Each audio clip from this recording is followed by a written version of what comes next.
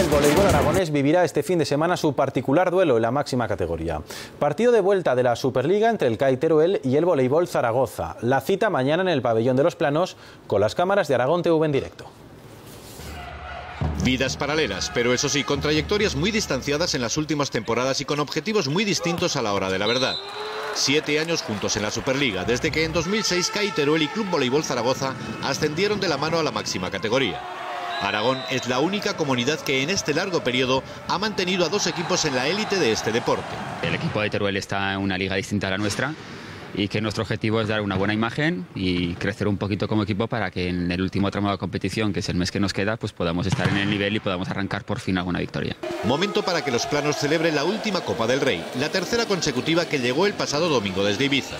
La lucha por la permanencia que vive Zaragoza frente al 5º título seguido que buscan los turolenses. Para nosotros sigue siendo igual de trascendente, teniendo en cuenta que no podemos dejar nada en el camino, no podemos conceder nada si queremos optar a esa primera plaza. La fiesta del vóley aragonés se vivirá mañana en el Pabellón de los Planos. CAI Teruel Club Voleibol Zaragoza.